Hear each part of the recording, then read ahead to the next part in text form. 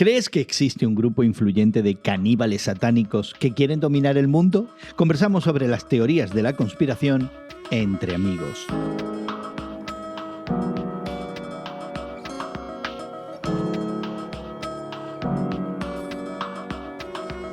Gracias por acompañarnos en esta conversación con Guillermo Serrano, Elsa Mazón y tu servidor Jesús García, tocando temas que nos llaman la atención y haciéndolo desde la perspectiva de la fe cristiana.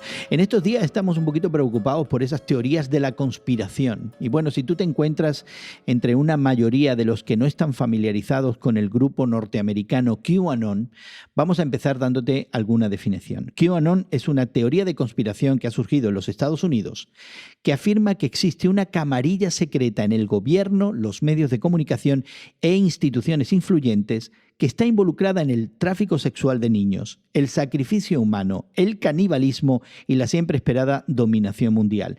Entre muchas de sus extravagancias, existe una subteoría de ese grupo QAnon que alega que existen imágenes de Hillary Clinton participando de actividades macabras como parte de un sacrificio ritual satánico. Bueno, si te parece descabellado, millones de personas en los Estados Unidos la están suscribiendo, le están dando un marcado carácter político en anticipo a las elecciones que vamos a tener en este país donde se produce la conversación entre amigos el próximo noviembre. Así que de alguna manera estas teorías de conspiración que antes eran marginales y que veíamos mucho con sospecha y no aceptábamos, ahora se están convirtiendo en la conversación principal en las redes sociales e incluso en algunos medios de comunicación. No es solamente una creencia en los Estados Unidos. Muchas de estas cuestiones que has mencionado están presentes también en otros países y las adaptan o las adoptan de acuerdo a sus propias circunstancias para hablar de poderes que están tratando de dirigir la política, la economía, el comercio y que tienen intereses que van más allá de la cuestión económica, tienen intereses filosóficos, intereses religiosos. Así es que es una cuestión global que se ha apoderado del mundo y que nos hace pensar que quizá la afluencia, ¿no?, de todos estos medios sociales que hoy día diseminan noticias, algunas buenas y otras no tanto, están produciendo en la gente una reacción a las cosas que no entienden o no comprenden. A mí me parece también que grupos de este tipo y los mensajes que dispersan llegan al psique, ¿no?, de la mente de muchas personas buenas. ¿Quién se va a oponer a la lucha en contra del tráfico de niños, ¿no? Obviamente esto es algo muy importante a las personas de fe cristiana. El utilizar versículos de la Biblia muchas veces por parte de este grupo hace que finalmente, ¿no?, alguien que está haciendo algo por el gobierno, algo por el mundo, entonces voy a seguir a este grupo que parece ser de los míos, ¿no? Y son los buenos y están tratando de enderezar el rumbo perdido al cual se dirige nuestra nación. Muchas personas tienden a seguir fehacientemente a grupos como QAnon. Interesantemente, hay un artículo en la revista Christianity Today en los Estados Unidos que tiene una orientación cristiana que justamente enfoca el problema de esta teoría de conspiración. La escritora de este artículo, Bonnie Christian, del Christianity Today, dice que uno de los aspectos más problemáticos de este QAnon tiene que ver con el mal uso de la Biblia, en donde se guía hacia la decepción y hacia el engaño a los que están siguiendo estas teorías y que lleva de alguna manera a una especie de culto de sincretismo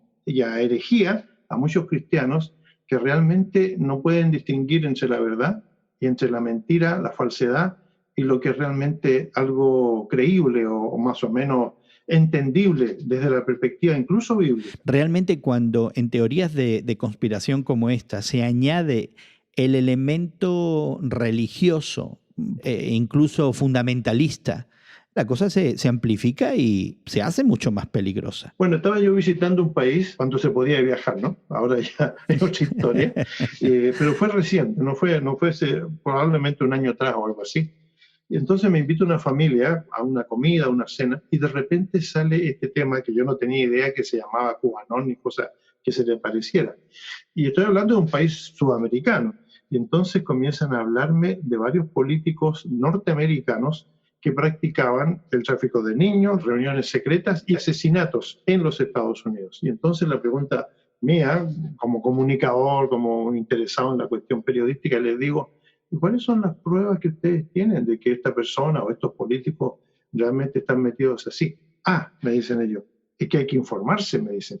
No solamente creer lo que la prensa dice, hay que informarse a través de otros canales. Entonces yo insisto y le digo, mire, como yo tengo interés en la cuestión de comunicaciones, me interesa saber estos canales para yo también acceder. Ah, me dicen ellos, esta es una cuestión que está diseminada y tienes que buscarla tú en las mismas redes sociales, porque ahí está la información que tú necesitas. Esa fue la conclusión de ellos. Pero de nuevo, Guillermo, estas ideas eran antes marginales y ahora es la manera de entender nuestra política. Y creo que a veces en nuestros ambientes eclesiales han contribuido a todo esto, porque si en la Escritura leemos que nuestra lucha es contra principados, contra autoridades espirituales, y entendemos entonces cuando vemos en lo que encontramos en Facebook o en Instagram o en Twitter, leemos, existe una conspiración satánica de caníbales satánicos que están matando niños. Pues parece que la conclusión es lógica. Pero entonces las iglesias donde estas personas se nutren están fallando en una enseñanza de la verdad primordial.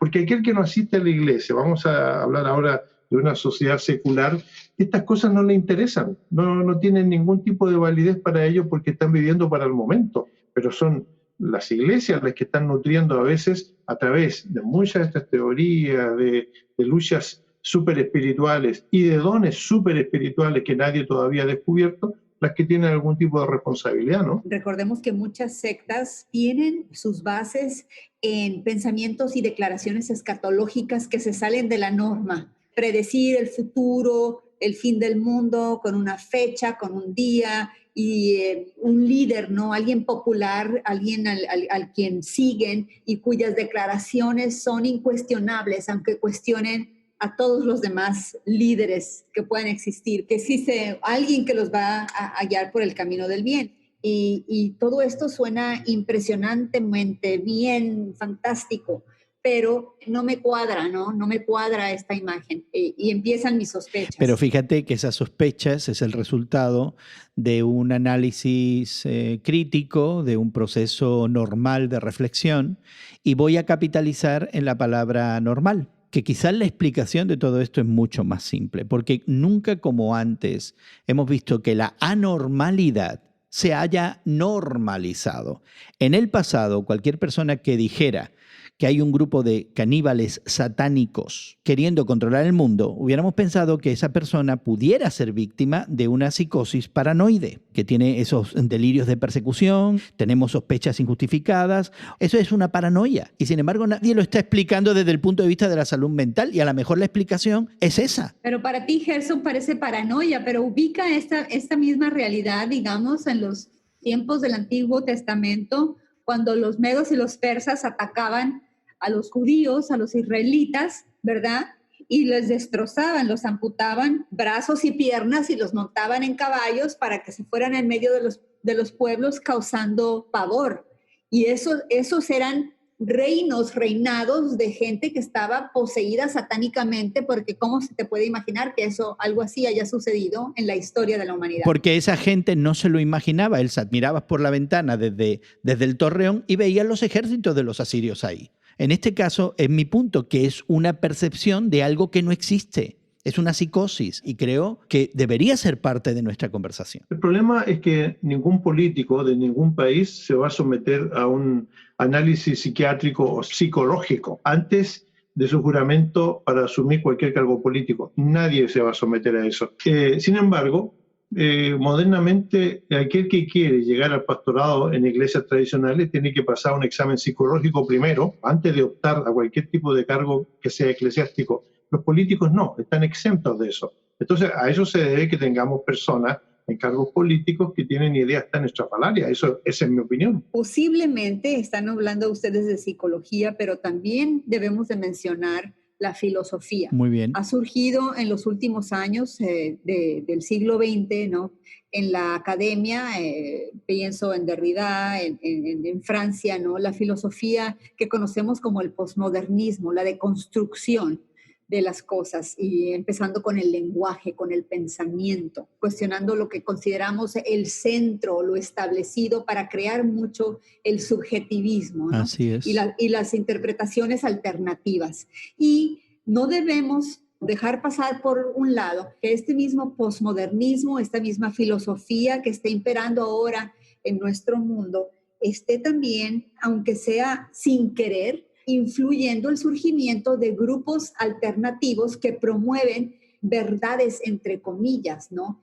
Mitos que causan ahora movimientos como este mismo del QAnon. Yo creo que tienes razón, Elsa, en apuntar ese cuestionamiento constante de la verdad.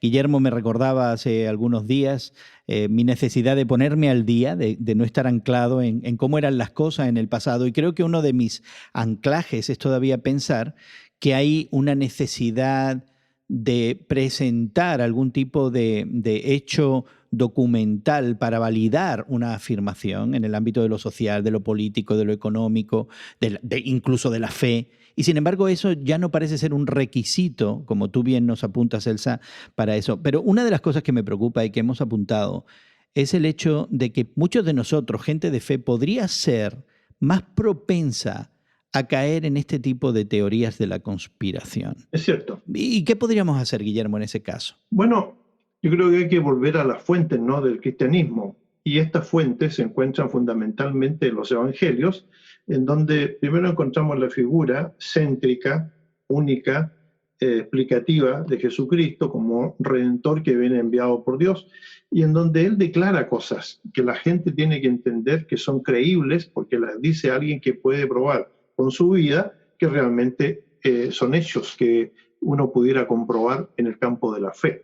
Por ejemplo, el amor, la virtud, la bondad, la misericordia, pero también la justicia, el arrepentimiento, el pecado como una cuestión que existe en nuestra sociedad y en donde el individuo tiene que entender que este pecado trastorna y trastoca cualquier tipo de visión que uno pueda tener de sí mismo, de Dios o de la sociedad. Yo creo que hay que volver a las fuentes del Evangelio. Hay que volver nuevamente a releer estas cosas. Y el deber de los líderes religiosos es nuevamente leer y explicar estas cosas para que la gente entienda que esta es una realidad objetiva para el creyente y que todas las otras son cuestiones que están ahí al lado, pero que uno no tiene que adoptarlas como normas de fe. Y creo que hay una urgencia para eso, porque me da la impresión que nos están distrayendo de lo que es verdaderamente importante. Estamos dejando de hablar de cosas esenciales para el reino de Dios, esenciales para el avance y progreso de nuestras comunidades, esenciales para cuestionar a nuestros políticos y a nuestros gobernantes, justamente porque estamos embarcados en estas patrañas sin fundamento. Y me da la impresión de que hay un sentido de urgencia en lo que tú has comentado, Guillermo. Tienes razón, Gerson. Debemos de enfocarnos en este llamado que tenemos de Jesús mismo, ¿no? Es el llamado a enfocarnos a hacer el bien, enfocarnos a ayudar al prójimo, de ayudar al débil. A través de las cartas de Pablo en el Nuevo Testamento, le dice él a su discípulo, a Timoteo, no ocupes tu tiempo, no pierdas tu tiempo en cosas que te hacen cosquillitas en el oído, ¿no? Que te atraen, ¿no? Que estés distraído por esas cosas. Le dice, enfócate en predicar el Evangelio, a diestra y siniestra, por la derecha, por la izquierda, a predicar la verdad del Evangelio que salva, la verdad con letras mayúsculas. Y quisiera animarte, querido amigo, que nos acompañas en esta conversación, a que te pongas en contacto con nosotros, interactúes, nos dejes saber tu opinión y te invitamos a que nos visites en nuestra página de internet radiomoody.org o también en Twitter. En Twitter somos tus temas de hoy en Twitter. Agradecemos el tiempo que han invertido Elsa y Guillermo en acompañarnos en el día de hoy y participar de esta conversación. También nuestra gratitud para el equipo de producción en Sao Paulo, Brasil y en la ciudad de Chicago, que hace posible que esta conversación entre amigos llegue hasta ti. Y bueno, agradecido yo también por tu presencia en el día de hoy y contando con ella para otra conversación en el futuro. Hasta que eso suceda y nos encontremos entre amigos, esperamos que pases un buen día y que Dios te bendiga.